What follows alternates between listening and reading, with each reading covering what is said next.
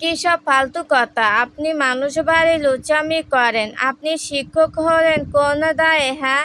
এই যে শুনুন, আমার কাছ থেকে দূরে থাকবেন আপনি কিন্তু। আমার সঙ্গে জোর করে বউয়ের অধিকার ফলাতে আসবেন না। যদি তা করেন, তাহলে আমি সুইসাইড করব। এমনভাবে করব যে আপনাকে ফাঁসিয়ে দড়িতে ঝুলাতে হবে। আপনি বুঝতে পারছেন তো?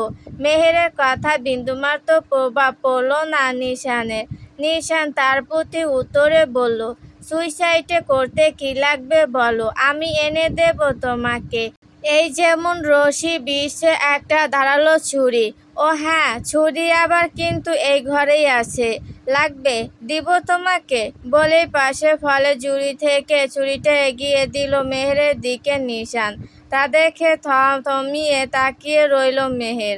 মেহেরের ছুরিটা হাতে ধরালো না দেখে নিশান হেসে দিয়ে আবার বলল, তুমি যদি চাও আমি তোমাকে আজকে রাতেই মেরে দিতে পারি। স্বামীর হাতে মারা গেলে কিন্তু জান্নাত পাবে, আর নিজে নিজে মরলে গেলেও কিন্তু আবার জাহান্নামে যাবে। পরে আর কি, আমার হাতে বাঁচতে মরলেও তুমি আর শান্তি পাবে না। কথাগুলো বলতে বলতে প্রায় অনেকটাই মেহেরের কাছে এগিয়ে গিয়েছে নিশান। মেহেরে তা বুঝতে পেরে আবারও ঘরের অন্য দিকে ছুটে গেল। সারা রাত এমন ছোটাছুটি করতে করতে একসময় ঘরের মেঝেতে ঘুমিয়ে পড়ে মেহের।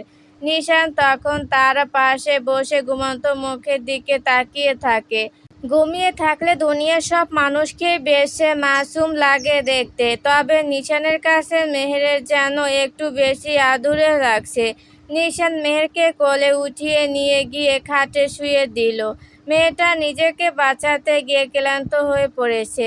নিশানও কিছু একটা ভেবে মেহেরকে আর জ্বালাতন করল না। তার পাশে চুপটি করে ঘুমিয়ে গেল। তার মুখের দিকে একবার অবশ্য তাকিয়েও দেখল। মৃদু হেসে এক হাত চোখে রেখে ঘুমিয়ে গেল সে নিজেও। তারপর সকালে চোখ মেলতেই নিশান দেখল মেহের মেঝেতে একটা পাতলা কাপড় বিছিয়ে দুহাত তুলে আল্লাহর কাছে দোয়া চাইছে। ফজরের নামাজ সে আদায় করছে। নিশান সবকিছু টাইম অনুযায়ী করলেও আল্লাহর শুকরিয়া তাকে করতে দেখা যায়নি কখনো।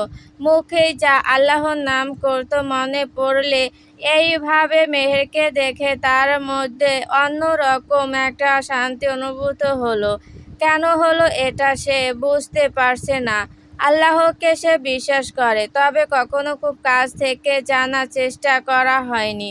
নিশান যখন ৮ বছর বয়সী, তখন দাদু তারেক চৌধুরী তাকে প্রতি শুক্রবার নামাজ আদায় করার জন্য সঙ্গে নিয়ে যেতেন। তারও বেশ ভালো লাগতো দাদুর সঙ্গে ৩ বাপ ছেলে মিলে নামাজ পড়তে যেতে। প্রতি সপ্তাহে একদিন জুম্মাবার তার কাছে একটা ঈদের অনুভূতি এনে দিত। দাদু তখন নিজেও আতর মেখে নতুন পাঞ্জাবি পরে রেডি হতেন, তাকেও রেডি করাতেন। তবে কেন জানি দিন গড়াতে গড়াতে চার ছোটবেলার সব স্মৃতি হারাতে শুরু করলো। দাদু তো তাকে পাশে বসিয়ে অনেক দোয়া কলমা শেখাতেন, সেগুলো যেন বয়স বাড়ার সঙ্গে সঙ্গে ভুলে বসেছে সে। শুধু কালেমা শাহাদাত ও কিছু সূরা মনে আছে। ওই আছে কিছু মুসলিম যারা কখনো নামাজ পড়ে না, তবুও তাদের নাম মুসলিম। ঠিক তেমনি নিশানও। বাড়িতে শুধু ৩ ব্যক্তি নামাজ পড়েন এখন, দাদি, মা ও বাবা। দাদু তো ইন্তেকাল করেছেন প্রায় অনেক বছর হলো। নিশানও পড়াশোনা করতে বাবা মাকে ছেড়ে হোস্টেলে শিফট করে নিয়েছিল। তারপর থেকে তার চিন্তা ভাবনার পরিবর্তন করতে শুরু করে। খারাপ লাগা, ভয় লাগা, পাপ লাগা, এগুলোর কিছুই তার মনে আর কাজ করতো না। পড়াশোনার ফাঁকে বন্ধুদের সঙ্গে মেলামেশা ও নেগেটিভ কাজ করা। বাড়ির সবাই জানলো বাহিরের লোকের সামনে যেন আস্ত একটা মুখোশ পরে থাকে সে। তবে সেদিন বিয়ে বাড়িতে মেহেরকে এক নজর দেখার সঙ্গে সঙ্গে তার ভিতরে একটা জেদ চেপে বসে। মেহেরকে তার লাগবেই, যে করেই হোক। এতে যদি তার ভালো মানুষের মুখোশ সরাতে হয়, তবুও সে মেহেরকে চাই। নিশান এই সব চিন্তা থেকে বেরিয়ে মেহেরের নামাজ পড়া দেখে বিছানা থেকে উঠে গিয়ে বসলো মেহেরের পাশে। মেহের ঘুরে তাকাতে নিশানকে দেখে তার চোখ বড় বড় করে ফেলল। নিশান মেহেরের দিকে তাকিয়ে বলল, মেরি জান, স্বামীর দীর্ঘ আয়ু কামনা করছো আল্লাহর কাছে বুঝি? বাহ, তুমি তো দেখি লক্ষ্মী একটা বউ। স্বামীকে অনেক ভালোবাসো দেখি। মেহের চোখের চামড়া বাঁচো করে তাকিয়ে বলল, জি না, পরপুরুষ স্বামী আপনার থেকে কিভাবে বাঁচতে পারবো সেটাই আল্লাহর কাছে প্রার্থনা করছি।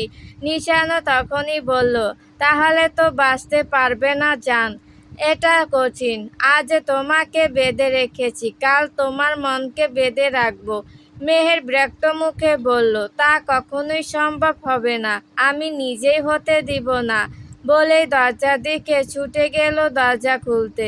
তা দেখে নিশান আর কিছু না বলে সেও পেছন পেছন তার সঙ্গে বেরিয়ে গেল। খাবার টেবিলে বসে আছে সবাই। মেহের তো বাবরির ঘর খুঁজে তার কাছে গিয়ে তাকে ডেকে এনে একসঙ্গে সবাই মিলে খাবার খেতে শুরু করলো। খাবার টেবিলে সবাই উপস্থিত থাকলো, নিশান ও তার দাদি ছিল না। একটু পর সাদা রঙের শাড়ি পরে এক বৃদ্ধা নিচে পাশের ঘর থেকে বেরিয়ে আসলো।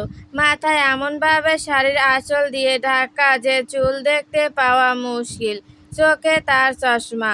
নাজিয়া বেগম তাদেরকে খাবার টেবিলে খাবার দিতে দিতে বললেন, আম্মা এসেছেন, আপনার জন্য সবাই অপেক্ষা করছে, আসেন খাবার খান। পাশের চেয়ারে বসে থাকা তাহের চৌধুরী ফিসফিস করে বলল, আরে দেখছো না, চলেই আসবে, এত জোরে কথা বলছো কেন? কানে শোনে না সেটা কি ভুলে গেছো? নাজিয়া বেগম তাহের চৌধুরীর দিকে তাকিয়ে দেখলো শুধু একটু।